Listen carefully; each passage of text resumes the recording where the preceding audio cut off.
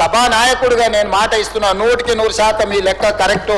ఈరోజు ఈ లెక్కల ప్రకారం 56.36% బలహీన వర్గాల లెక్క తేలింది.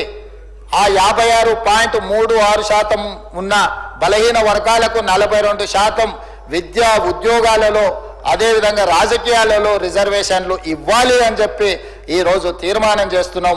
ఆ తీర్మానాన్ని ఈరోజు ఈ బిల్లు ఈరోజు సభలో ప్రవేశపెట్టిన ఇది తీర్మానం కాదు అధ్యక్ష, ఇది బిల్లు, చట్టబద్ధత కల్పిస్తున్నాం. గతంలోనే మనము తీర్మానం చేసుకున్నాం, రెజల్యూషన్స్ పాస్ చేసి పంపించినాం గవర్నమెంట్ ఆఫ్ ఇండియాకు, ప్రైమ్ మినిస్టర్కు. ఇప్పుడు చట్టం చేసినాం. గతంలో కూడా 2017లో గత ప్రభుత్వం 37% బలహీన వర్గాల రిజర్వేషన్ల కోసం 37% రిజర్వేషన్లు పెంచండి అని చట్టం చేసిండ్రు. ఆ చట్టం గవర్నర్ గారు ప్రెసిడెంట్ అసెంట్ కోసం పంపించారు.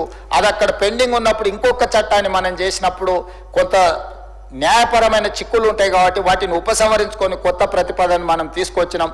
ఈ ప్రతిపాదన ప్రకారం మనం రిజర్వేషన్లు పెంచుకోవాలి. ఇప్పుడు అక్కడ పార్లమెంటు కూడా సమావేశాలు జరుగుతున్నాయి కాబట్టి పార్లమెంట్లో దీన్ని ఆమోదింపజేసుకోవాల్సిన బాధ్యత ఈ సభలో ఉన్న సభ్యులందరికీ, ఈ రాష్ట్రంలో ఉన్న రాజకీయ పార్టీలకు అన్నిటికి కూడా ఉన్నది. తప్పకుండా దీన్ని సాధించుకుందాం. సాధించుకునే వరకు దీన్ని విశ్రమించేది లేదు. సాధించడానికి అవసరమైన నాయకత్వాన్ని వహించడానికి మేము సిద్ధంగా ఉన్నాం. కామారెడ్డి తీర్మానానికి మేము కట్టుబడి ఉన్నాం. మిగతా విషయాలు మిత్రులు చాలామంది చాలా అంశాలు లేవనెత్తిన, ముఖ్యంగా పాయలశంకర్ గారు చాలా విషయాలు, వారి ఆవేదన, వారి ఆలోచన, అదేవిధంగా హరీష్ రావు గారు, గంగ్ల కమలాకర్ గారు వివిధ అంశాలను, అదేవిధంగా అక్బరుద్దీన్ ఓవైసీ గారు కూడా చాలా విషయాలను ప్రస్తావించారు. ఏ విధంగా బలహీన వర్గాలను బలోపేతం చేయాలనో, వీళ్ళు బలహీన పాలితులు కాదు పాలకులుగా వీళ్ళని ఎట్లా మార్చాలని వాళ్ళు సూచనలు చేసిండ్రో తప్పకుండా ఆ కార్యాచరణ ముందుకు వెళ్దాం.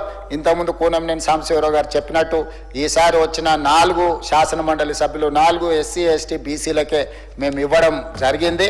వీళ్ళ ఎక్కడో ఒక దగ్గర మొదలవ్వాలి, దాన్ని ముందుకు తీసుకెళ్తున్నాం. ఆ ముందుకు తీసుకెళ్లే క్రమంలో ఈ సభ అంతా అండగా నిలబడ్డందుకు, అదేవిధంగా బడ్జెట్ గురించి కూడా చాలా విషయాలు కేంద్ర ప్రభుత్వం ఈసారి 50,65,000 కోట్ల రూపాయల బడ్జెట్ ప్రవేశపెట్టింది.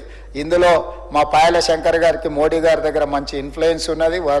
వారు దీంట్లో 56% బలైన వర్గాలకు ఈ 50,65,000 కోట్ల బడ్జెట్ ఈ సంవత్సరం ఏదైతుందో అందులో కేటాయించేటట్టు పాయల శంకర్ గారు ప్రయత్నం చేయాలి.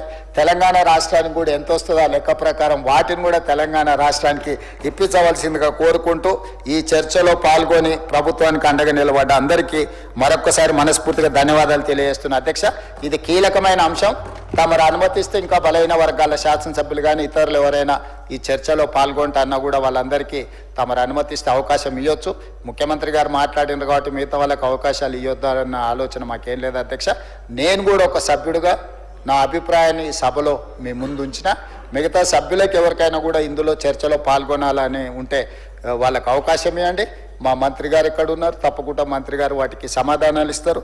ఏదేమైనా ఈ సభలో ఒక మంచి సాంప్రదాయానికి ఈరోజు మనందరం కూడా నాంది పలికినాం. ఈ మంచి సాంప్రదాయం ప్రకారం బలహీన వర్గాలకు 42% రిజర్వేషన్లు రావాలని ప్రగాఢంగా మనస్ఫూర్తిగా కోరుకుంటున్నాను. ధన్యవాదాలు అధ్యక్ష. గౌరవ సభ్యులు శంకర్ గారు.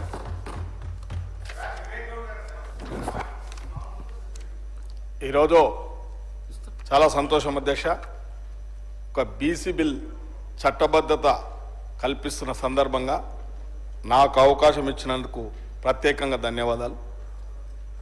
నిజంగా ఈ దేశంలో స్వాతంత్రం వచ్చిన తర్వాత ఎన్నో మార్పులు వచ్చినాయి ప్రజాస్వామ్య ప్రభుత్వాలలో.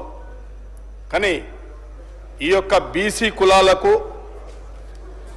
జరుగుతున్న అన్యాయాలను సామాజికంగా, ఆర్థికంగా, విద్యాపరంగా ఎన్నో అన్యాయాలు జరుగుతూ ఉన్నాయి. కాబట్టి గౌరవ ముఖ్యమంత్రి గారు ఈ రాష్ట్రంలో బీసీలకు 40% రిజర్వేషన్ కల్పించాలన్న ఒక సంకల్పంతో ఒక మంచి శిలాశాసనంగా ఈ చట్టం తేబోతున్నందుకు మరి గౌరవ మంత్రివర్యులు ప్రభాకర్ అన్నగారికి చాలా సంతోషం.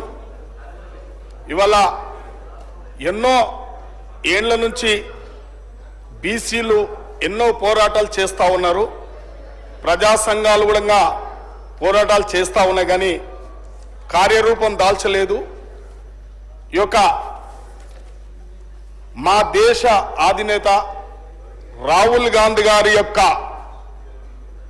నిర్ణయం మేరకు ఈ దేశంలో జరుగుతున్న అసమానతలను తొలగించాలి, ఒక ప్రజాస్వామ్యబద్ధంగా వారికి చట్టభద్రత తేవాలనే ఒక ఆలోచనతోని ఈ యొక్క చట్టం తెస్తున్నందుకు చాలా సంతోషంగా ఉంది. ఇవాళ అన్ని పార్టీలు కూడా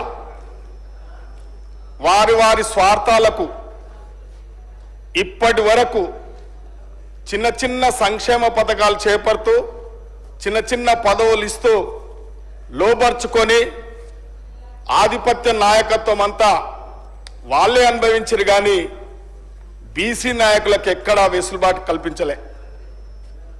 ఇవాళ ఏ పార్టీ తీసుకున్న